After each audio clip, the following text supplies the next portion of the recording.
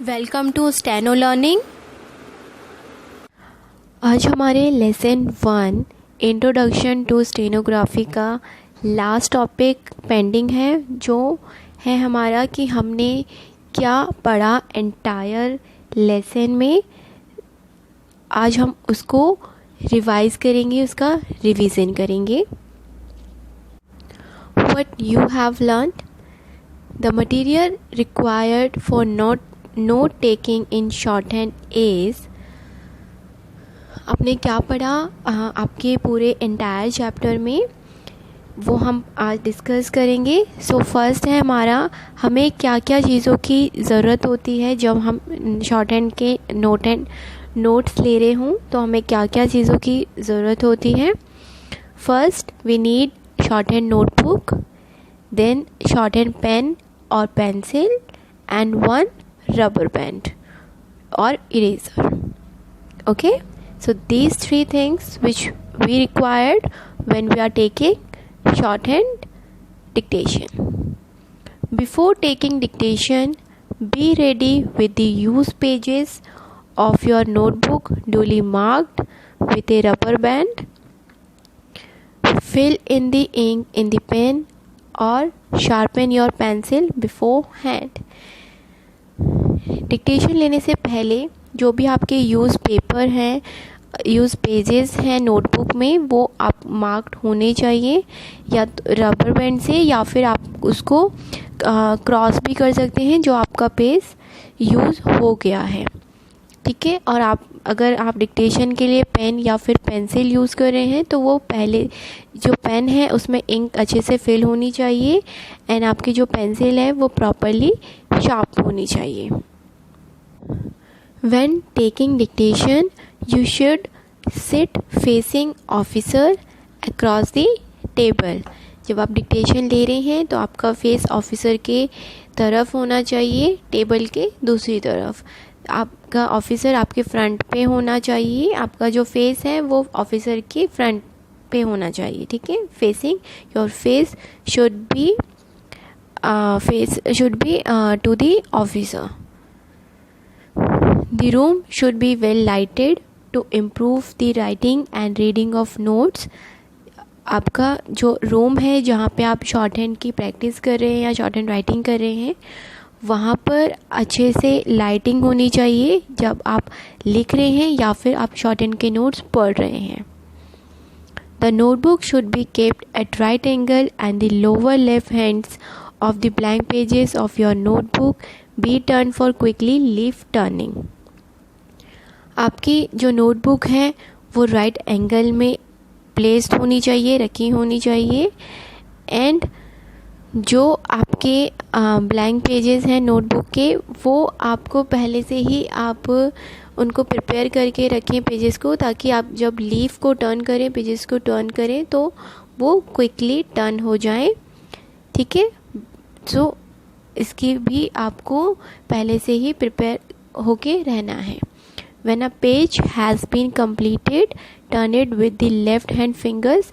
जब आप डिक्टेशन लिख रहे हैं और पेज आपका पूरा फिल हो जाता है, देन आप पेज के लीफ को लेफ्ट हैंड के फिंगर से टर्न करेंगे।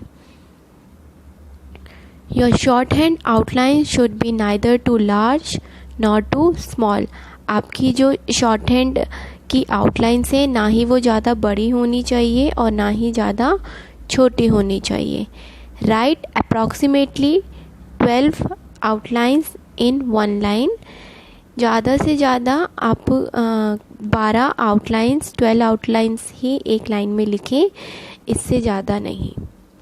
Always follow the sense of the matter being dictated and insert full stop during the course of dictation. आप हमेशा जो आपको डिक्टेशन दिया जा रहा है उसके सेंस को समझें। ठीक है। और हमेशा फुल स्टॉप भी आप लगाएं जब आप डिक्टेशन ले रहे हैं तब। Hold your pen with a proper grip and write lightly.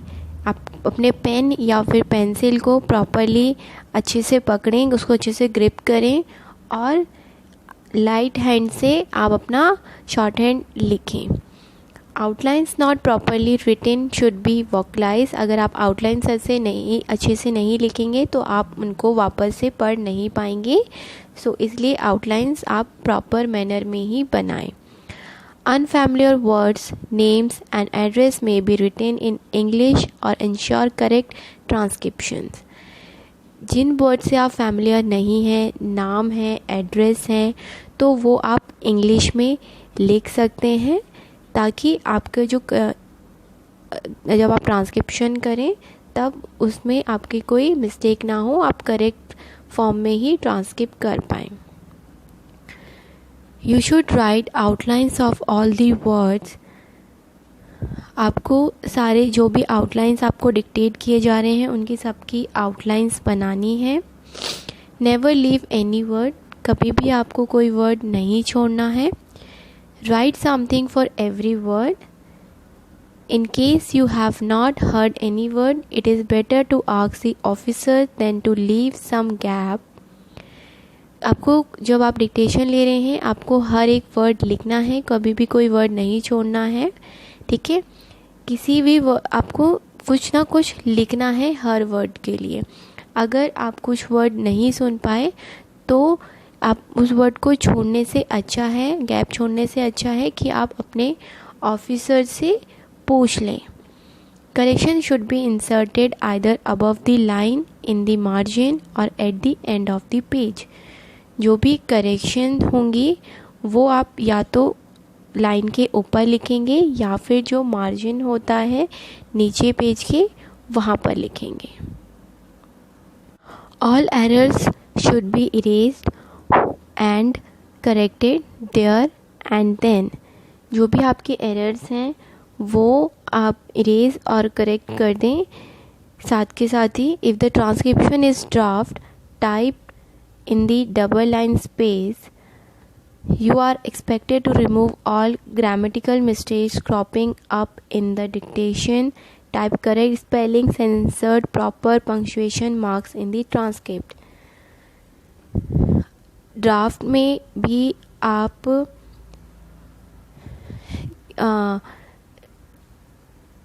अगर आपका ट्रांसक्रिप्ट जो है वो ड्राफ्ट है तो उसको डबल लाइन स्पेस में लिखें, ठीक है।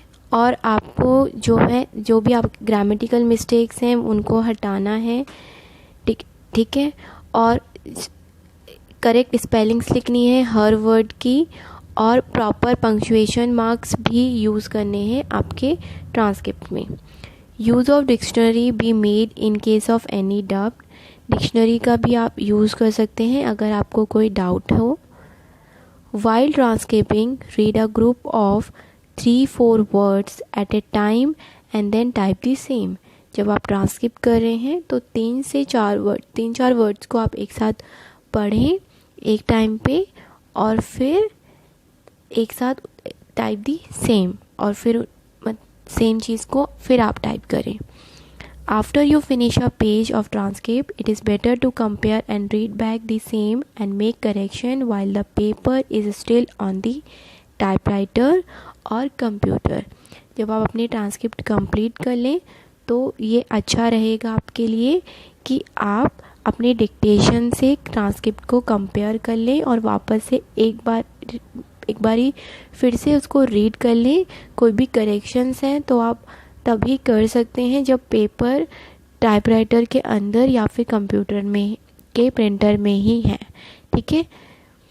Every page of the notebook transcript should be cancelled by drawing a line over it. जो नोटबुक में ट्रांसक्रिप्ट हैं वो कैंसिल हो सकती हैं, उसके ऊपर आप एक लाइन करके जो भी मिस्टेक है उसके ऊपर आप एक लाइन मार्क कर देंगे मिस्टेक के ऊपर, सो वो कैंसिल हो सकती हैं। Prepare brief outlines, phraseogram and intersection of all common words and phrases frequently occurring in the dictation in your office. अब एक ब्रीफ आउटलाइन का एक टेबल प्रिपेयर कर लें, फ्रेजोग्राम का, इंटरसेक्शन का और जो भी कॉमन वर्ड्स और फ्रेजेस आपके ऑफिस में आपके ऑफिस की डिक्टेशन में बार बार यूज़ होते हैं, सो उसकी एक ब्रीफ आउटलाइन आप प्रिपेयर कर लें। Before using dictation machine, be familiar with all the working parts you are required to handle. Dictation machine का यूज़ करने से पहले आप उसके सारे वर्किंग जो भी उसके पार्ट्स होते हैं उससे फैमिलियर हो जाएं, ताकि आप अपने रिक्वायरमेंट के हिसाब से उसको हैंडल कर सकें। Listen to the entire dictation of a letter और document before you start transcribing. पहले आप अच्छे से डिक्टेशन को, जो आपका लेटर दिया गया है, डॉक्यूमेंट दिया गया है, उसको आप अच्छे से सुन लें और उसके बाद उसको ट्रांसक्रिप्ट करें। Make sure that you type the necessary number of copies of the letter और डॉक्यूमेंट। आपने ज़रूरत के हिसाब से ही कॉपीज़ बनाई हो, लेटर की भी और डॉक्यूमेंट की भी, उतनी ही जितनी रिक्वायरमेंट है, जितनी नेसेसरी है, उतनी ही नंबर ऑफ कॉपीज़ आपने बनाई हो। Okay, that's all for today. यहीं पर हमारा इंट्रोडक्शन टू स्टेनोग्राफी का लेसन कंप्लीट होता है। आज हमने क्या पढ़ा, हमने पूरे चैप्टर में वो भी रिवाइज़ कर लिया है, what you have learned in the chapter.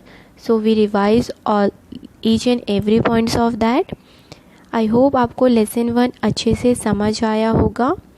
अगर फिर भी आपको कोई भी डाउट है, आपको क्वेरी है, तो आप मुझे कमेंट कर सकते हैं। कमेंट बॉक्स में आप मुझसे क्वेश्चन पूछ सकते हैं डायरेक्टली। अगर कहीं किसी भी पॉइंट में, किसी भी क्लास में आपको कोई भी डाउट हो तो। Okay, and lastly don't forget to like, share and subscribe to Steno Learning, and also press the bell icon so that you will get the notification of each and every video, every class on time. Thank you so much. Have a nice day.